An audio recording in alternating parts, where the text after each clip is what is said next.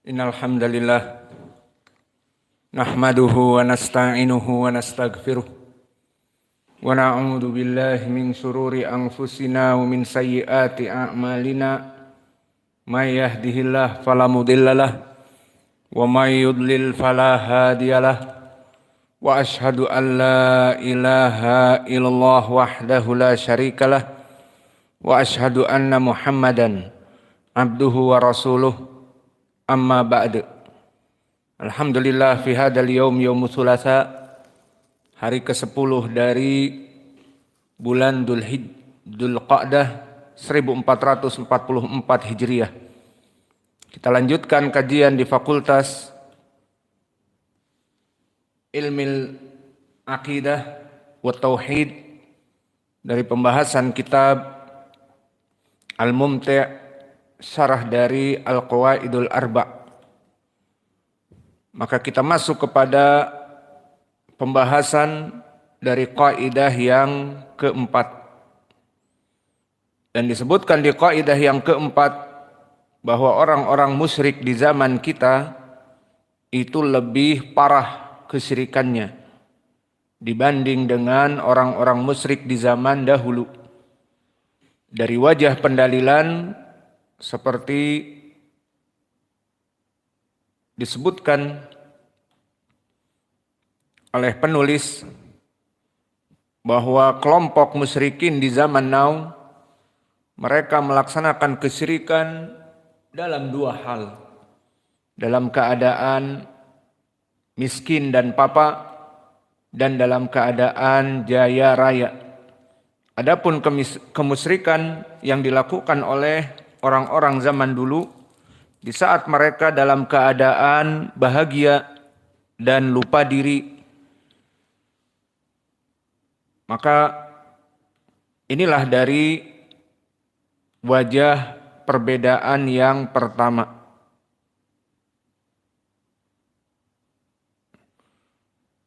Kemudian di sana ada perbedaan yang lain, dan ini tentunya tambahan dari penulis karena sahibul matan hanya menyebutkan satu sebab. Maka di sana ada perbedaan juga yang mencolok.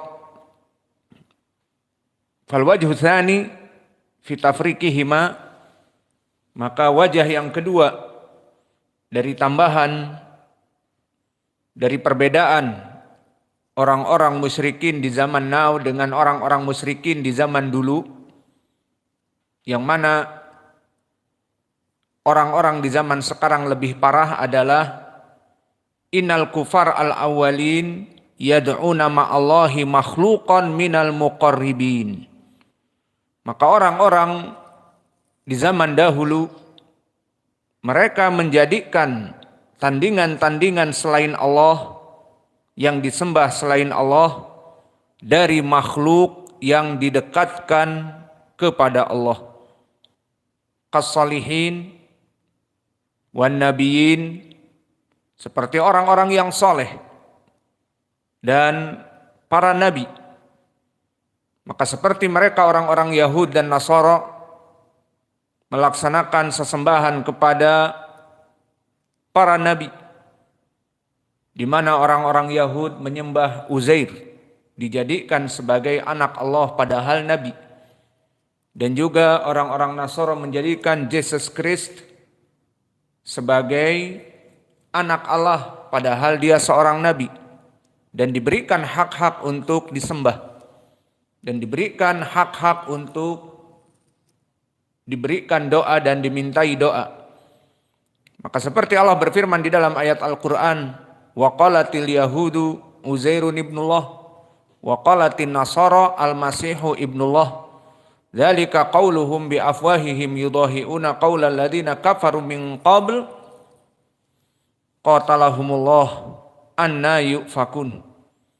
Maka ketahuilah bahwa orang-orang Yahud menjadikan Uzair seorang nabi menjadi anak Allah dan disembah dan diibadahi.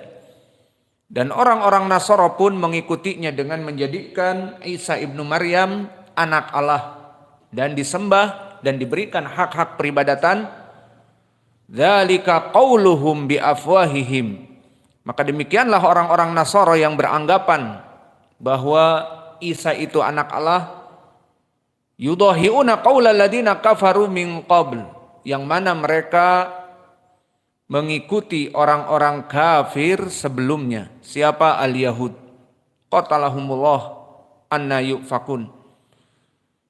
Ini pendalilan bahwa orang-orang kufar di zaman dulu melaksanakan tandingan-tandingan peribadatan kepada selain Allah dengan orang-orang yang mulia di sisi Allah, para nabi dan juga para salihin, seperti disebutkan di dalam surat Nuh, di mana Allah berfirman, wa qalu la tadarunna alihatakum wa la tadarunna waddan wa la suwa'a wa la yagutha wa ya'uqa wa nasra. Maka janganlah kalian meninggalkan sembahan-sembahan kalian selain dari Allah, dan janganlah kalian meninggalkan waddan dan suwa'a, wadan dan suwa'a dan yagutha dan ya'uqa dan nasra. Disebutkan di Al-Quran di surat Nuh bagaimana kaum Nuh memerangi dakwah Nuh alaihi salam dengan melaksanakan sesembahan kepada 5 yang dinamakan tadi. Lalu siapa 5 yang disebutkan tadi? Wadan wa suwa'a wa yagutha wa ya'uq wa nasra. Telah datang athar yang diriwayatkan oleh Imam Al-Bukhari yang sahih dari Ibni Abbas. Sarat al-awthanu allati kanat fi qaumi Nuh fil Arab ba'du. Maka seakan-akan alihah yang disembah oleh kelompok Nuh di zaman awal itu sekarang ada pada Arab. Itu ucapan Ibnu Abbas, mempersaksikan bagaimana orang-orang kufar terdahulu akan diikuti, seperti orang-orang Nasara yang mengikuti Yahud. Yudahiuna qaulal ladina kafaru min qabl. Maka mereka mengikuti ucapan-ucapan orang kafir yang sebelumnya. Maka disebutkan oleh Ibnu Abbas, amma waddun, maka seperti waddun, kanat likalbin bidaumah al-jandali, maka dia telah ada di Bani Kalb bidaumah al-jandali. Wa amma suwa'un kanat li Hudail, dan untuk Bani Hudail suwa. Wa amma yaguthu fakanat li Muradin, summa li Bani Gutaifin bil Jauf indas Saba. Maka Jauf indas Saba sekarang ada di Ma'rib. Jauf adalah kabilah besar dan daerah besar di Ma'rib yang ada pada saat itu kaum Saba. Wa amma Ya'uq fakanat li Hamdan, wa amma Nasrun fakanat li Himyar, dan Himyar kabilah untuk Yaman. Dan begitupun Hamdan ada di Saudiyah dan ada di Yaman. Maknanya semuanya ada di Arab. Li alidil kila, maka semuanya telah ada di Arab. Maknanya Arab pun menjadikan mereka sesembahan-sesembahan selain Allah, diimport dari zaman Nuh ke zaman mereka, melaksanakan sesembahan selain Allah. Kemudian berkata Ibnu Abbas tentang 5 ini yang di Al-Quran disebutkan, asma'u rijali salihina, bahwa mereka adalah nama-nama orang-orang yang soleh, min qaumi Nuh, dari semenjak zaman kaumnya Nabi Nuh. Falamma halaku auha syaitanu ila qaumihim anin sabbu ila majalisihim allati kanu yajlisuna ansoban wasammuha bi asma'ihim fafa'alu. Maka di saat meninggal orang-orang yang soleh ini, Dan orang-orang yang soleh pada zamannya, yang 5 ini, di saat mereka meninggal, syaitan membisikkan orang-orang yang hidup di zamannya agar kenanglah mereka orang-orang soleh kalian. Bagaimana cara mengenangnya? Maka di majelis-majelisnya itu dijadikan pengenang, mulai dari patung-patung yang besar atau yang selainnya. Fa'auha asyaitanu ila qaumihim anin sabu ila majalisihim allati kanu yajlisuna ansoban. Maka membuat patung-patung baik berbentuk dan berupa orang yang soleh ini atau menhir besar yang jelas mengingatkan kepada orang-orang yang 5 yang soleh tersebut. Ini di saat mereka orang-orang yang soleh ini meninggal. Hanya dijadikan momen peringatan dari patung-patung yang dibuat di majelis-majelis mereka. Wasamu bi asma'ihim, dan disebutkan ini patungnya Yaguth, ini Ya'uq, ini Nasra, ini Wuddan. Fafa'alu, maka mereka membuatnya, sehingga generasi pertama di zaman meninggalnya mereka orang-orang soleh ini hanya membuat patung monumen besar untuk dikenang. Maka itu asalnya, dibuat patung yang besar untuk dikenang.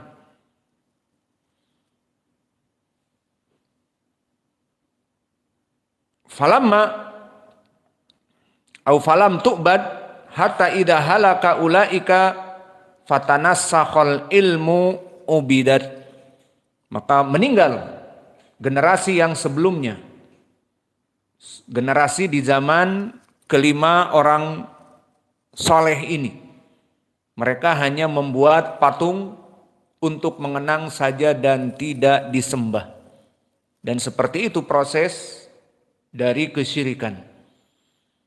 Hatta idha halaka ulaika, kemudian datanglah next generation. Meninggal mereka yang membuat patung yang hidup di zaman kelima orang ini. Mereka hanya membuat patung saja. Meninggal orang-orang yang membuat patung dan meninggal orang-orang yang mempersaksikan bagaimana 5 orang soleh ini meninggal sudah. Tidak ada kecuali next generation hanya mendengar cerita 5 orang ini adalah superhero. 5 orang ini mempunyai kelebihan demikian dan demikian. Selain mereka orang-orang yang soleh, juga mempunyai karomat. Kami mendapati makamnya bersinar, dan kami mendapati jika datang kepadanya mengadukan dari kerasnya dunia, maka dunia akan menjadi lunak. Alhasil, the next generation tidak mengetahui siapa kelompok yang 5 ini dan bagaimana dulunya. Hanya cerita dari nenek moyang mereka. Yang akhirnya the next generation lebih parah, dan ini masuk kepada kaidah seperti yang terdahulu. La ya'ti zamanun illa ladzi ba'dahu asyarru minhu. Hadis Anas yang muttafaqun alaih. Maka tidak ada suatu zaman yang menimpa kepada suatu kaum kecuali yang sebelumnya itu lebih baik dan yang setelahnya lebih parah. Dan ini sama kasusnya, di mana orang-orang yang masih hidup di zaman kelima orang-orang soleh ini, mereka dibisiki oleh syaitan untuk membuat patung-patung saja, mengenang dari kebaikan mereka. Disimpan di majelis-majelis yang biasa orang-orang soleh ini duduk bermajelis dan memberikan petuah, fatwa. Maka dibuat dan dikenang oleh mereka yang hidup di zamannya. Dulu syekh tersebut memberikan nasihat di sini dan sebagainya, hanya sebatas itu.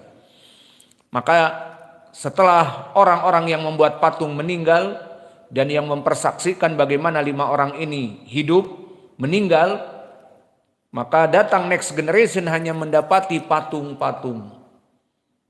Maka akhirnya disebutkan hatta idza halaka ulaika, maka generasi yang pertama yang hanya membuat patung meninggal, wa tanasakhal ilmu, maka ilmu kepada orang-orang yang 5 tadi hilang. Siapa mereka? Itu hilang karena next generation ini tidak mengetahui siapa mereka. Akhirnya mulailah diberikan ucapan-ucapan yang gulu dan berlebihan bahwa 5 orang tersebut adalah aulia as-salihin, dan mulailah mereka ubidat, disembah. Seperti di zaman now, dijadikan patung-patungnya akhirnya patung-patung yang dimuliakan dan bahkan dianggap itu kuburannya. Padahal tadi di hadis disebutkan fi majalisihim, ansobu fi majalisihim hina kanu yajlisun. Maka untuk mengenang mereka, berikanlah patung di tempat mereka duduk, bukan di kuburannya. Kemudian di zaman itu bisa jadi dijadikan bahwa itulah kuburannya. Maka kita mendapati bagaimana para kuncen-kuncen dan mereka orang-orang yang mengajak manusia untuk ngalap barokah, bahkan mereka itu sampai menjadikan kuburan yang tadinya tidak ada kuburannya. Dan itu alhamdulillah banyak dari pemerintah yang memeriksa makam-makam. Ternyata banyak makam yang kosong. Dan kami mengetahui bagaimana dulu Syekh kami Mukbil menceritakan, dan cerita ini masyhur. Diceritakan orang di zaman dahulu di Yaman dalam keadaan safar malam. Maka di saat dia safar malam menggunakan keledai orang dari luar desanya. Maka sampailah dia malam di seberang desa sebelah. Maka antara desa dengan desa dibatasi oleh bukit. Dan di Yaman tidak ada yang namanya seperti hutan ataupun bukit dipenuhi dengan pohon-pohon yang tinggi. Tidak ada. Maka si musafir ini berjalan melewati desa orang-orang yang ada di bawahnya. Karena dia dalam keadaan perjalanan malam, maka dia membawa obor atau membawa lentera yang digantungkan di belakang atau di depan dari himarnya. Maka di malam hari berjalan melewati lereng. Dan lereng di atas dari desa. Ada cahaya. Dan mental-mental mereka orang-orang zaman Doeloe, mental penyembah animisme. Itu ada meteor. Itu ada istilah Jawanya ndaru. Ada meteor, ada ndaru, lihat bergerak-gerak dia di atas bukit sana. Kemudian disebutkan oleh Syekh pada malam itu himarnya terperosok dan sebagainya, maka kesimpulannya mati. Dan akhirnya lentera itu berdiam dalam satu titik. Karena si orang ini beristirahat, tidak ada himarnya lagi dan berencana menguburkan himar kesayangannya di tempat itu. Sehingga dikuburkanlah. Maka di saat mulai fajar, ramai cerita. Aku melihat meteor jatuh di titik di sana. Pertamanya berjalan, meteor itu kemudian jatuh. Bagaimana kalau kita melihatnya? Akhirnya serempak orang-orang yang bermental melaksanakan kesyirikan sepakat di saat didapati, tuh kan, ini meteor ndaru ini tidak sembarangan. Kenapa? Lihat ada makam. Ini makamnya orang soleh, memancarkan cahaya. Maka turunlah mereka dari orang-orang bermental klinik, diumumkan bahwa cahaya yang kemarin itu adalah cahaya dari kuburan orang soleh yang memancar. Maka barang siapa yang mempunyai masalah, silahkan naik ke bukit dan meminta kepada yang ada di bukit tersebut, pastilah niscaya akan dikabulkan. Dan karena sudah sugesti, seperti seseorang yang sugesti, maka dia minum ramuan obat atau melaksanakan suatu terapi karena sudah sugesti, si tangan orang yang sakti ini akan memijatnya dan hilang rasa sakit, ya akan hilang. Ya apa tidak? Atau meminum ramuan obat yang diberikan oleh tabib fulan ataupun dokter fulan, langsung hilang. Meskipun dia bayar kocek ratusan ribu. Kenapa? Suggested. Maka begitupun mental-mental orang-orang yang dalam keadaan jauh dari agama. Dan semua orang tidak ada yang selamat dari perkara-perkara yang menyedihkan dari qada dan qadar.